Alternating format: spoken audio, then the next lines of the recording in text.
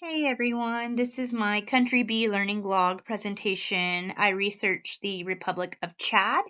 Um, Chad was very different than the United States and Switzerland countries that I did previously, so it really helped me understand how the culture, the income, and the access to care all connected in the lower income country. So today I'm going to share what stood out to me the most in each category, the barriers to dental care, and then what I can take away with me as a hygienist. So starting with the facts and culture, um, I think it was just pretty interesting how diverse Chad's culture is. There are over 200 ethnic groups there, and many like rural communities even still using like chewing sticks instead of like toothbrushes, which is crazy and not what we're used to. Um, as far as politics go, Chad's political system has been shaped by years of conflict and military leadership. And what stood out to me was how much instability affects the whole country, including their healthcare and their education. So politics isn't just like a government issue there, it affects their daily lives. So their population is really young. I thought that was super interesting. So almost half the country is under 15 years old. So that really surprised me because it just shows how much pressure is put on health services, schools, and future job opportunities. And there's just a little bit more about their population. Um, Chad's economics. Chad is one of the poorest countries in the world. The average income is around $670 a year, which is crazy.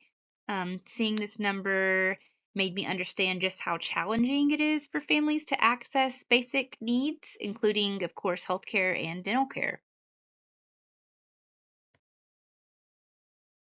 Here's the meal equivalent slide. Um, kind of talks about what we already talked about, that they make less than $2 a day. So they don't eat out much.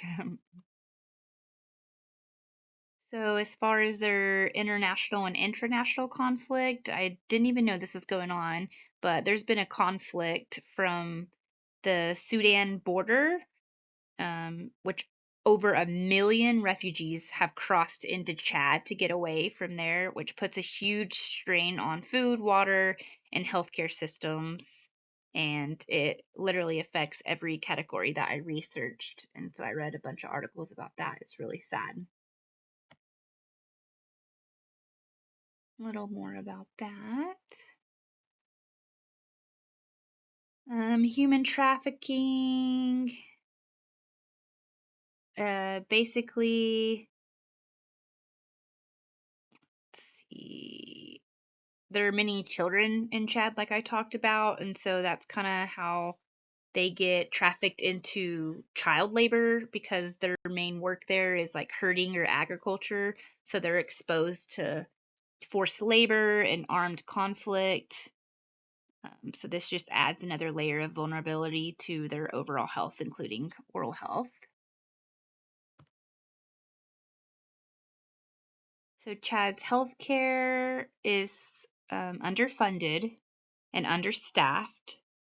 The maternal and child mortality are really high, and the access to care is very uneven between urban and rural areas.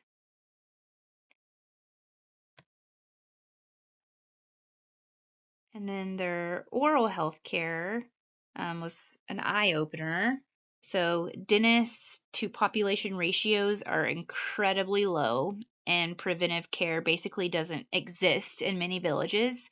And most people only see a dentist if there's an emergency or they just never see one at all. And like I was talking about earlier, they still even use like chewing sticks for toothbrushes in some of the cultures there.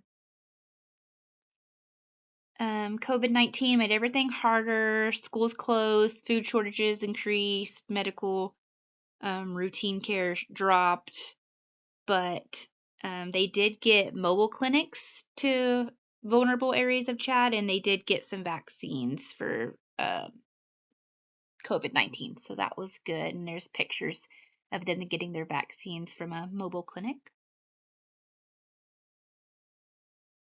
So Chad's worldview is shaped by survival and resilience. The country sees security, food stability, and basic healthcare as the main priorities, which makes sense because those are the biggest challenges that they face.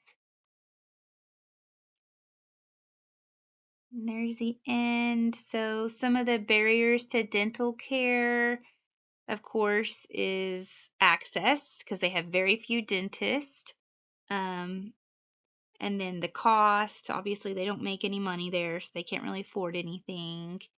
Education is very limited, so they don't know how to prevent decay or gum disease. And then the infrastructure, so they don't even have clean water in some areas, dental supplies, transportation, all that stuff that makes it harder.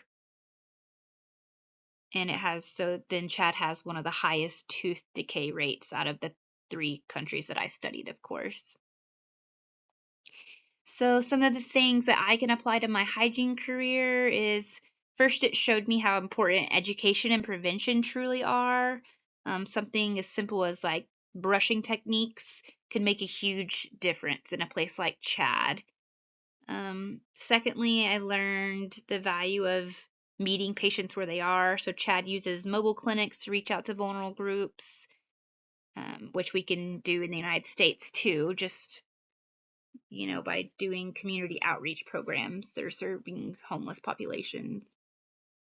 Lastly, it reminded me to be more understanding of cultural differences in oral care. So not everyone grows up with toothbrushes or regular checkups. And as a dental hygienist, I want to create an environment where all patients feel welcomed and supported no matter what their background is.